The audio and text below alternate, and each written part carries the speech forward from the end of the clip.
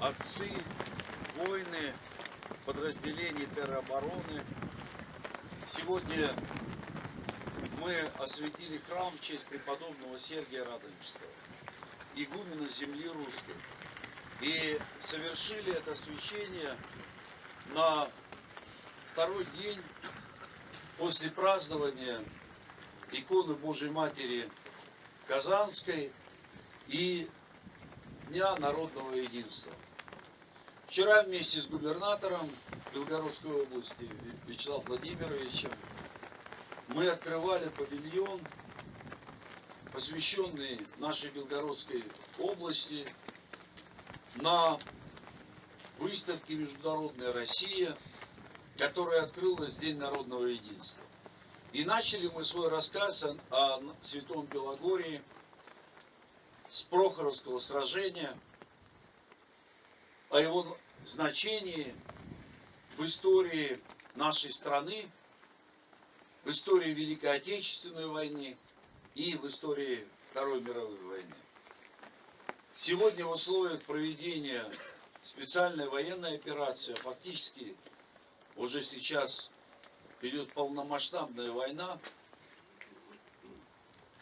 где затронутые территории России, и Белгородской, и Курской, и Брянской областей, а прилеты совершаются и в других регионах, все больше и больше возрастает значение темы единства. Единство в наших мыслях, в наших действиях. И вот это единство и единение, оно достигается прежде всего единой верой, единой надеждой и единой любовью. И когда мы едины, мы представляем собой не просто какие-то разрозненные личности, которые поступают по своему усмотрению, а объединившись, мы в единстве духовной воли, нашей силы противостоим тому наступлению, которое совершается сегодня на Россию. Если вспоминать события, посвященные Казанской иконе Божьей Матери, праздника, который был вчера, то эти события были трагичные. Ведь было смутное время, когда менялась высшая светская власть, и когда страдали патриархи, был умерщвлен патриарх Иов. Затем, после избрания патриарха Ермогена, который духовно призвал всех отстоять независимость России, начались гонения и на его. А если учесть, что при этом умирает Борис Годунов, затем отстраняет от власти князя Василия Шуйского, воцаряется так называемая семибоярщина, и происходит фактически распад государства.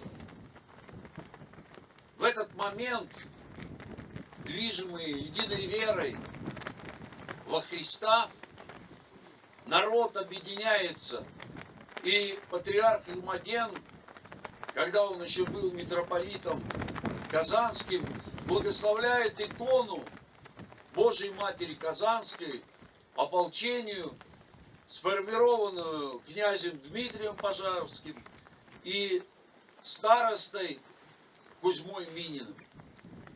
И они изгоняют поляков, присланных Сигизмундом, королем польским, для порабощения Руси, для окатоличивания нашего народа.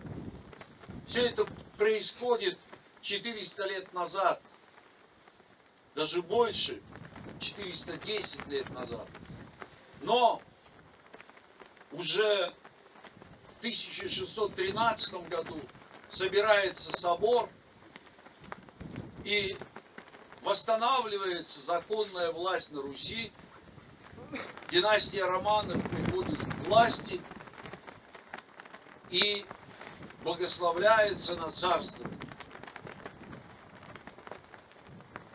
Если учесть, что все это происходит в условиях, когда множество слухов, клеветы обрушивается на патриарха, на царя, появляются так называемые лжедмитрии, которые пытаются узурпировать власть, то самым главным становится выбор, личный выбор каждого человека.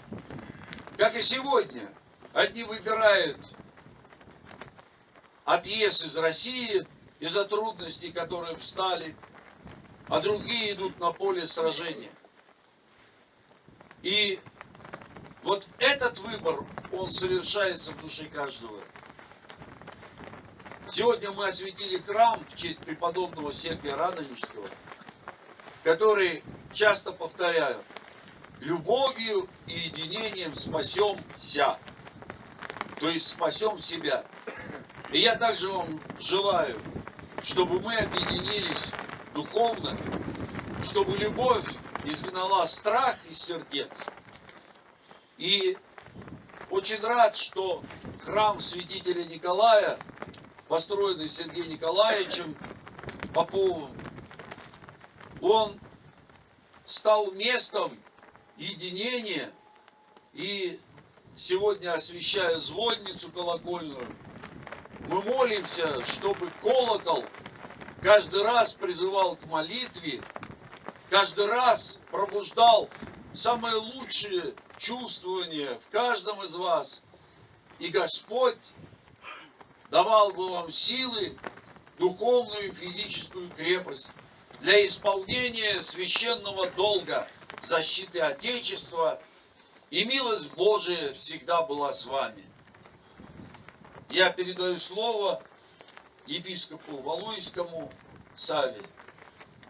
Ваше Преосвященство, дорогой Владыка, как вы упомянули, давние времена, которые очень перекликаются с современными, настало смутное время, когда на нас опять наступает Запад.